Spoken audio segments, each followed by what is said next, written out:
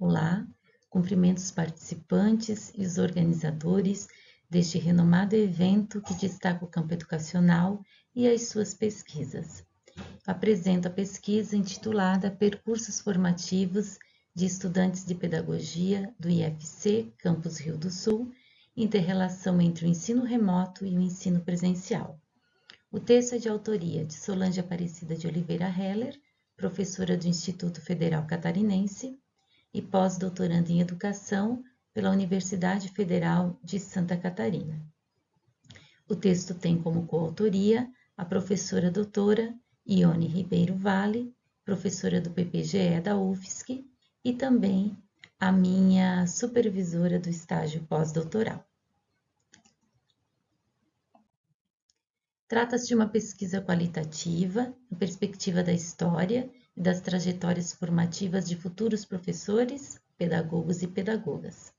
Tem-se como objetivo central recuperar, registrar e analisar a memória de estudantes do curso de Pedagogia do IFC, Campus Rio do Sul, acerca dos seus percursos formativos na inter-relação entre o ensino remoto e o ensino presencial, considerando o contexto da pandemia da Covid-19. Ao que diz respeito aos sujeitos da pesquisa, estes compreenderam os estudantes que estiveram matriculados em disciplinas da quarta, sexta e oitava fases do segundo semestre do ano de 2022, no referido curso, cuja participação dos mesmos ocorreu por meio de formulário eletrônico com questões semi-estruturadas respondidas por eles. As análises iniciais fizeram perceber nuances das trajetórias de modo coletivo e também nas suas singularidades, pela compreensão e impressões dos estudantes acerca dos processos vivenciados, tanto presencialmente, antes do contexto da pandemia, quanto ao longo do contexto da pandemia. Foram considerados nesse sentido aspectos sociais, afetivos, psicológicos, tecnológicos e pedagógicos. A exemplo, dentre eles, do possível agravamento ou não das desigualdades escolares ou da formação acadêmica que possam ter sido agravadas pela pandemia. Então, as considerações e os resultados parciais dessa pesquisa são apresentados inicialmente por este gráfico.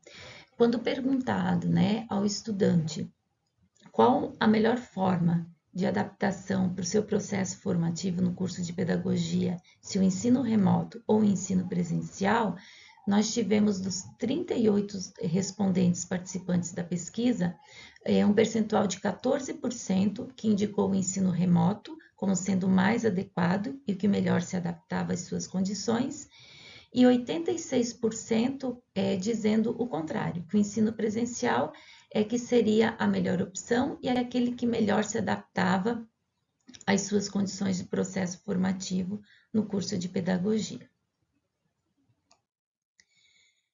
Ainda como considerações e resultados parciais, mesmo apresentando aquele gráfico com aquele percentual demarcado, procuramos nos afastar um pouco da simplificação de análise de uma temática que é complexa na sua essência, Então, essas primeiras apresentações, dessas primeiras análises realizadas, nós percebemos de que essa polaridade tão demarcada, somente em dois sentidos de análise, os que tivessem optado pelo ensino presencial e o outro grupo que tivesse optado pelo ensino remoto, poderia, de uma certa forma, fragilizar as nossas análises, porque as respostas que nos chegaram nos fizeram perceber que precisaríamos trabalhar também com subcategorias para analisarmos os dados recebidos, Os dados coletados nos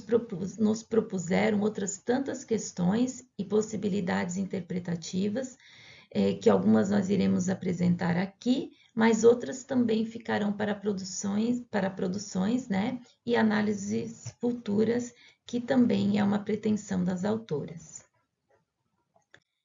Dentre o que nós conseguimos já analisar até o presente momento, Então, Quanto ao ponto central que se decidiu abordar nesse texto, adaptação dos estudantes do curso citado acerca do ensino presencial e do ensino remoto, nós consideramos que os pontos de análise destacados inicialmente naquela polaridade, né, entre ensino presencial e ensino remoto, tiveram que ser elaborados, como falei, em outras subcategorias, considerando diversos fatores, e dentre eles estão considerar que as respostas dos estudantes também foram influenciadas por uma questão, né, que foi demarcada até mesmo pela faixa etária, né, dos estudantes, ou então pela pouca familiaridade com as ferramentas tecnológicas ou pelo domínio das ferramentas tecnológicas, pelos recursos materiais disponíveis para o ensino remoto, ou não, né, ou não acesso a um suporte tecnológico como celular ou notebook ou similares, redes de internet que funcionassem de modo adequado, ou então um ambiente físico na casa que proporcionasse um ensino remoto com qualidade, né? Então, percebemos que alguns dos participantes citaram que os encontros, mesmo os encontros síncronos, ou mesmo as atividades assíncronas realizadas por eles, muitas vezes ocorria até mesmo no espaço da cozinha, enquanto uma outra pessoa que convivia na casa ou preparava a refeição, ou estava fazendo a sua refeição, ou às vezes no quarto junto com outras pessoas, ou a necessidade de terem uma sala para essas atividades síncronas e assíncronas no espaço das suas casas, e alguns deles não tinham, né? Não tinham esse espaço um pouco mais reservado para esses momentos de estudo. Isso também influenciava, né, no rendimento, ou então na aproximação com o ensino remoto, né? Ou então com uma recusa de reconhecer este como sendo o mais adequado diante das condições concretas que vivenciaram na pandemia. Também percebemos o que foi citado, a questão do distanciamento ou não das lides domésticas, né? Especialmente porque a população investigada ela é composta por um maior percentual de mulheres e mães. Então, esse não afastamento das lides domésticas mesmo do seu cotidiano, enquanto família, enquanto mãe e esposa, isso também acabava influenciando no seu processo formativo quando estavam na pandemia e com o ensino remoto.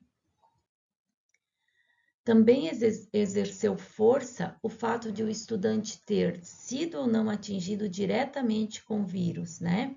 Ou então de ter acompanhado ou vivenciado doença ou óbito de amigos ou parentes. Então, nestes casos também se percebeu que talvez a recusa por um ensino não remoto, por um ensino remoto, né, essa recusa, porque justamente também representou um período de sofrimento para esse estudante, né? Um sofrimento que talvez ele também queira não trazer como uma memória. Então, afastar a formação no sentido remoto é afastar também aquela experiência vivenciada diante da pandemia, né? Ou então ainda, a questão desse estudante estar mais próximo ou menos próximo, mais isolado ou menos isolado de parentes e amigos, pela distância física mesmo, uma vez que nós temos um número considerável de estudantes que residem, né, e residiam em outros estados brasileiros e que vieram para a cidade de Rio do Sul, no estado de Santa Catarina, para estudar, ou então que têm parentes e amigos em outras localidades do país, e que isso também representou um peso na vivência no contexto pandêmico.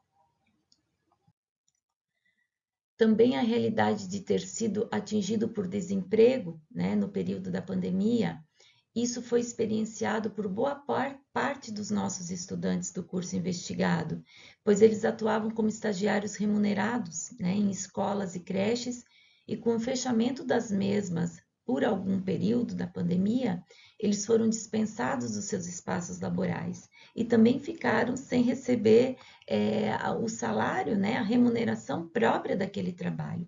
E isso também representou um peso muito grande na vivência, né, daquele período de isolamento.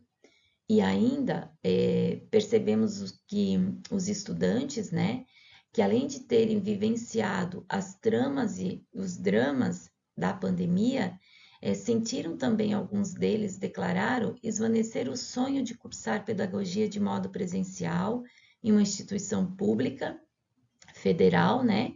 Ou que então eles foram impedidos do convívio direto com seus colegas e professores, diante do cenário indefinido pelo qual a humanidade atravessou no período pandêmico.